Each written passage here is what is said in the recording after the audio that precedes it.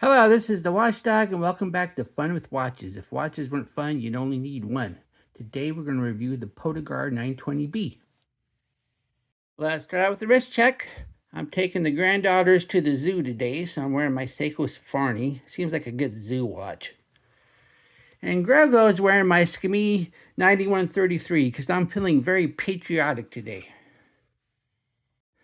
I asked Grogu if he was looking forward to the next Dune movie. He said yes. In fact, Master Skywalker is putting a watch party together, and everyone at the Academy is going to watch it. Except for Anakin Skywalker's Force Ghost. He hates sand. It's coarse and rough and irritating, and it gets everywhere. Alright, let's take a look at the watch. Comes in this Poedagar box. And it comes with this Poedagar unsigned warranty card. And this little bitty baby cleaning cloth. And that's about it. And here's the watch. It's a nice looking watch. I kind of like it. It's fun. Last year, AP released our limited edition Black Panther Tourbillon to the outrage of watch purists everywhere. One YouTuber was so upset he thought AP should be kicked out of the big three. That same YouTuber is now obsessed with Moonswatch and is worried about future releases stealing the lineup. Well, the rest of the world thought the watch was pretty cool, and it sold out despite its ridiculous price tag, with a one-of-a-kind version selling for over $5 million at auction. So AP decided that since the Black Panther was such a success, they would try again with Spider-Man, who is by far the most popular superhero on the planet. And this watch was too quite the success, with one-of-a-kind version with the black costume selling for $1 million more than the Black Panther. So how does a Chinese Amish company homage a $215,000 watch with a hand-sculptured Spider-Man on it without making it look like a Happy Meal watch? Poedagar has come up with the perfect solution. Instead of putting a Spider-Man in the watch, they made a watch that kind of resembles Spider-Man. The red top subdials look like eyes. Then they added these red crossbars that kind of resemble spider legs. It really seems to work. Well done, Poedagar.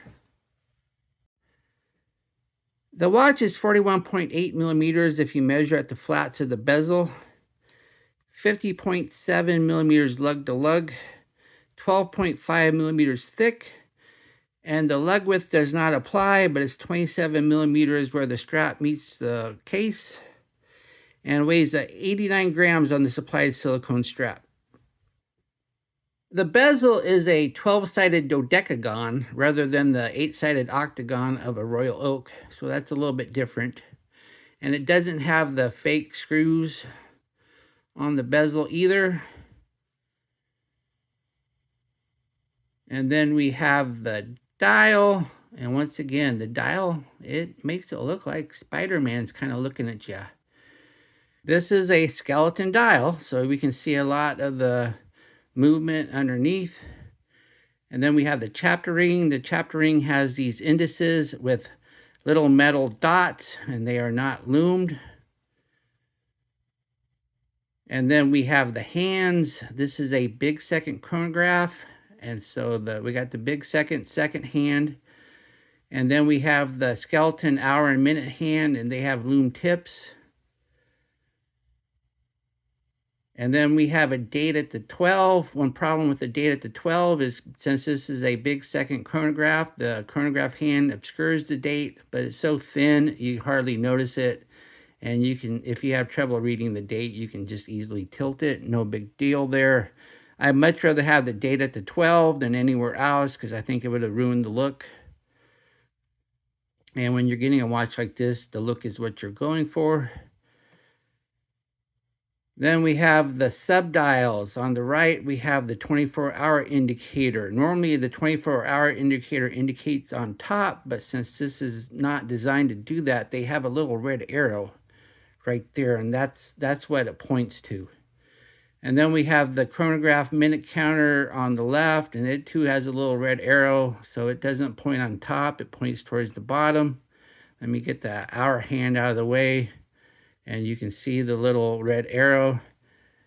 And see, it says, even though it's upside down, it looks like a 6, but it's really a 60. So this would be the home position of the minute counter. And then at the 6 o'clock, we have the running second hand. What they did is they made the running second hand look like it's an escapement wheel, and it made it look like it's a turbulent spinning, but of course this is not a turbulent, and this is a running second hand. And it does have a home position. It's a little red tip, and as the trouble is, it gets hidden a lot, but there it is right there. You can see right where my thumb is, there's the little red tip. So that's where the running second hand points to. And once again, this is a big second chronograph. So let's go ahead and operate it. I'll go ahead and press the top pusher.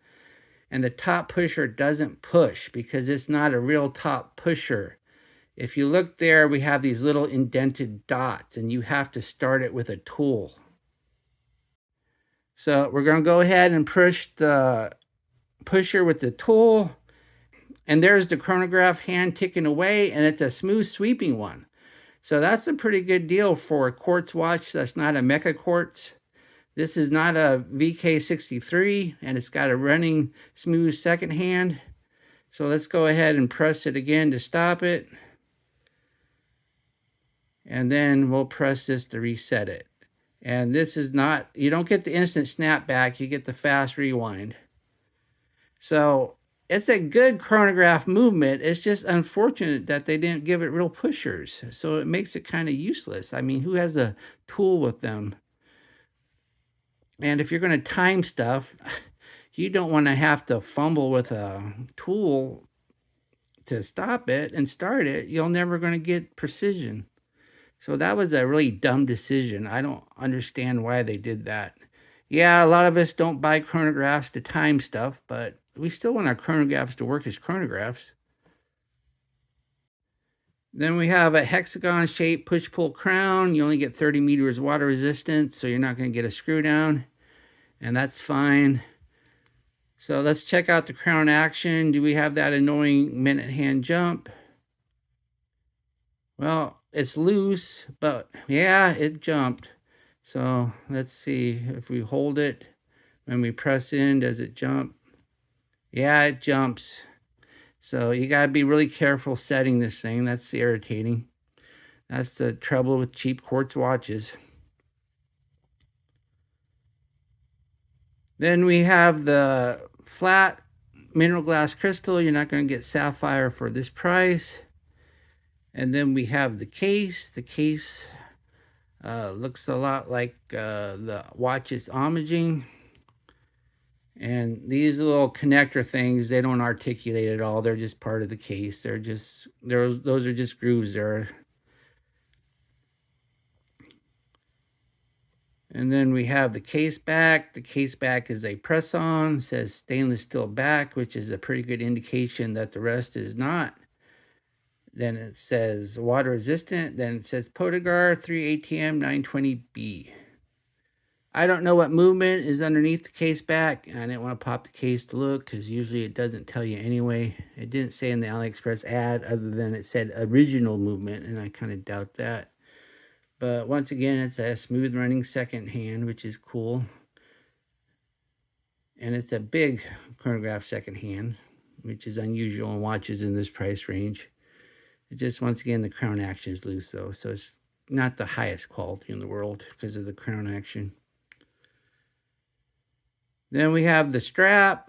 The strap is integrated. It's silicone, and it has two keepers, and one's fixed because of these little nibs. The nibs aren't the best in the world, so this fixed keeper isn't too fixed. It gets out of position a lot. And then it has the holes. The holes, it's like when they made it, some of the silicone remained. And the silicone is gone in this one because this is the notch I always use. But the other ones still have these. So I guess if you could take the buckle prong and just eventually poke these out if they bothered you, I don't care about them. No big deal for me. Then we have the buckle. The buckle is not signed. And the seems to be sturdy enough. I mean, does the job. The silicone of the strap, I felt slicker, but you can tell it's silicone though. Doesn't feel like rubber. And it's a little short though. As you can see, this is the notch I use, and there's only 2 notches left. So I don't know if you could wear this if you had an 8-inch wrist. And of course, being this design, you're kind of stuck with this strap. I don't know if you could find something else that fits this or not. Here's the watch on my 7.5-inch wrist. I think it looks nice, wears nice. Once again, though, I only have 2 notches in this direction and only 3 notches in that direction. So it's only going to fit specific wrist sizes. So if your wrist is too small, I guess if your wrist was too small, you could poke another hole in it. But if your wrist is too big, you're kind of out of luck.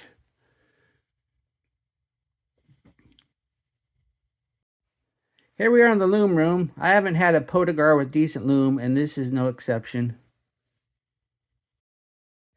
As we speed up the time, we see that only the tips of the 2 major hands are lumed, and the tips are fairly small.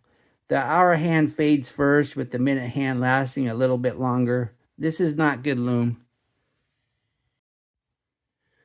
What do I like about this watch? Well, I like the fact that it looks like Spider-Man without actually being Spider-Man. I mean, Marvel can never take them to court and say, ha ha, you're using our trademark. But no, it resembles it, but it isn't it. I like the fact that it has a smooth sweeping big chronograph hand. And I think it wears nice. What are my gripes and groans? You can't use the pushers without a tool, which is a major gripe and groan. The integrated strap could be a little bit longer for big wrist. And the running second hand, even though, yeah, I know they're trying to make it look like a Turbulent, but it makes it really hard to see the running second hand. Do I recommend this watch? Well, I'm torn. If it had proper pushers, I would be shouting from the mountaintop to get this watch. But it doesn't have proper pushers, so that depends. Do you want a watch that kind of resembles Spider-Man and looks cool, or do you want a working chronograph? If you want a working chronograph, no, you don't want this because it's just too hard to operate. But if you just want something that looks a lot like Spider-Man, it's just fun, then go ahead and get this watch. It's really cheap. As long as you don't have a huge wrist, that is. Well, thank you for watching my review of the Poedagar 920B, and I will be back with one more unboxing. Be sure and like and subscribe to my channel. Bye.